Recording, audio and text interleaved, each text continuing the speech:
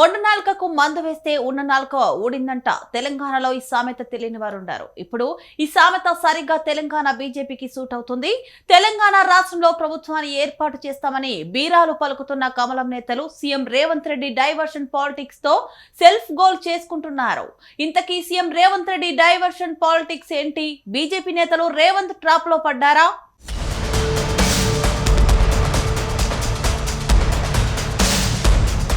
తెలంగాణ రాష్ట్ర ముఖ్యమంత్రులకు diversion politics చేయడం వంట పట్టినట్లుంది. నాడు కేసీఆర్, నేడు రేవంత్ రెడ్డి ఇద్దరు అదే థియరీ ఫాలో అవుతున్నారు. మేజర్ సమస్య రాష్ట్రంలో హాట్ టాపిక్ గా ట్రెండ్ అవుతున్నప్పుడు దాన్ని పక్కదారి పట్టించేందుకు మరో సమస్యను తెరపైకి తీసుకొస్తున్నారు. తెలంగాణలో ఇప్పుడు ఇదే ట్రెండ్. నాడు కేసీఆర్ పాటించిన ఫార్ములానే ప్రస్తుతం సీఎం రేవంత్ రెడ్డి సైతం ఆచరణలో పెడుతున్నాడు. ప్రతిపక్షాల నుంచి ప్రభుత్వంపై విమర్శలు వస్తున్న ప్రతిసారి ప్రజలు, నాయకుల దృష్టిని మళ్లించేందుకు నాడు కేసీఆర్, నేడు రేవంత్ రెడ్డి అనుసరిస్తున్న ట్రెండ్ డైవర్షన్ పాలిటిక్స్.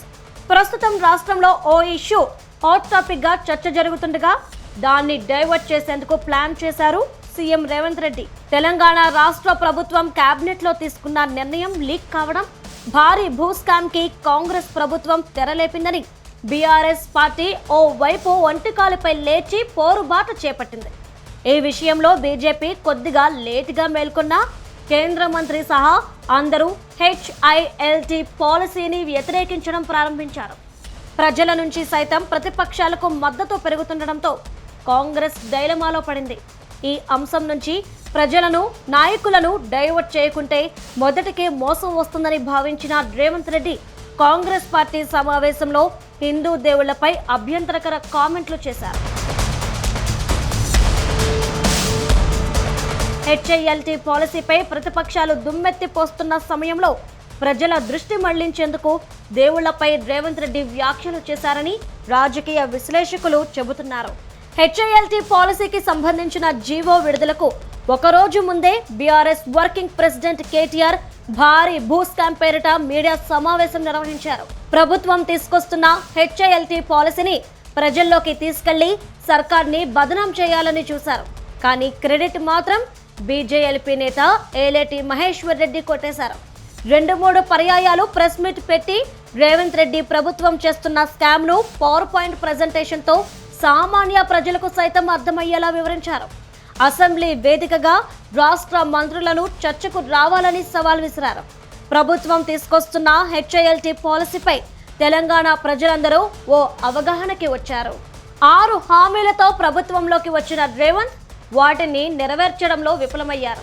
దానిని కప్పిపుచ్చుకునేందుకు కాళేశ్వరం ప్రాజెక్టు నిర్మాణంలో అవినీతి జరిగిందని, ప్రభుత్వ సొమ్ము కమిషన్ల రూపంలో దోచుకున్నారని కేసీఆర్, హరీష్ రావు, ఇతర ఇంజనీర్లపై విచారణ పేరుతో కమిషన్ వేసి హామీల విషయాన్ని మర్చిపోయేలా రేవంత్ సర్కార్ ప్రయత్నం చేసింది. కాళేశ్వరం కమిషన్ విచారణ చేపట్టి స్పష్టమైన ఫలితం రాబట్టడంలో రేవంత్ ప్రభుత్వం సక్సెస్ కాలేకపోయిందన్న మాట జగమెరిగిన సత్యం. కాళేశ్వరం కమిషన్ విచారణలో ఒకంత కేసీఆర్, హరీష్ రావుకే మైలేజీ వచ్చిందన్న విషయం అందరికీ అర్థమైంది. దీంతో అందరి దృష్టి మళ్లించడానికి ఫోన్ ట్యాపింగ్ కేసును తెరపైకి తీసుకొచ్చింది రేవంత్ ప్రభుత్వం. ఫోన్ ట్యాపింగ్ పై విచారణ ఇప్పటికీ కొనసాగుతుండగా సరైన ఆధారాలు దొరకకపోవడంతో ప్రభుత్వం ఇప్పటికీ మల్లగుల్లాలు పడుతుంది. కాళేశ్వరం ప్రాజెక్టులో అవినీతి, ఫోన్ ట్యాపింగ్ కేసు ఆరోపణలను రుజువు చేయడంలో విఫలం కావడంతో ఫార్ములా ఏ కార్ రేస్ ను ముందేసుకుంది. అందులో జరిగిన అవినీతిని ప్రూవ్ చేయడంలోనూ కాంగ్రెస్ ప్రభుత్వం సక్సెస్ కాలేకపోయింది. సరిగ్గా ఇదే సమయంలో రేవంత్ ప్రభుత్వం HILT పాలసీని రాత్రికి రాత్రి ఆమోదిస్తూ నిర్ణయం తీసుకుంది. జీవో కంటే ముందే ఈ విషయం బయటకు పొక్కడంతో అటు బీఆర్ఎస్, ఇటు బీజేపీకి అస్త్రం దొరికినట్లయింది. ఇంకేముంది, 2 పార్టీలు ప్రెస్ మీట్లు పెట్టి మరీ రేవంత్ ప్రభుత్వాన్ని ఇరకాటంలో పెట్టే ప్రయత్నాలు చేస్తున్నాయి. ఈ విషయంలో బీజేపీ ఒక అడుగు ముందుకేసి రేవంత్ ప్రభుత్వాన్ని ఎండగట్టడంలో సక్సెస్ అయిందనే చెప్పొచ్చు. బీజేపీ ముఖ్య నేతలు ప్రెస్ మీట్లు పెట్టడం, బీజేఎల్పీ నేత Maheshwar Reddy power point presentation తో రేవంత్ ప్రభుత్వానికి చుక్కలు చూపించారు. HILT పాలసీపై బీజేపీ ఓ అడుగు ముందుకేసి ఏకంగా గవర్నర్ కి ఫిర్యాదు చేసింది. దీంతో కాంగ్రెస్ ప్రభుత్వానికి దిక్కుతోచని పరిస్థితి ఏర్పడింది. ఇక అక్కడే అసలు కథ ప్రారంభమైంది.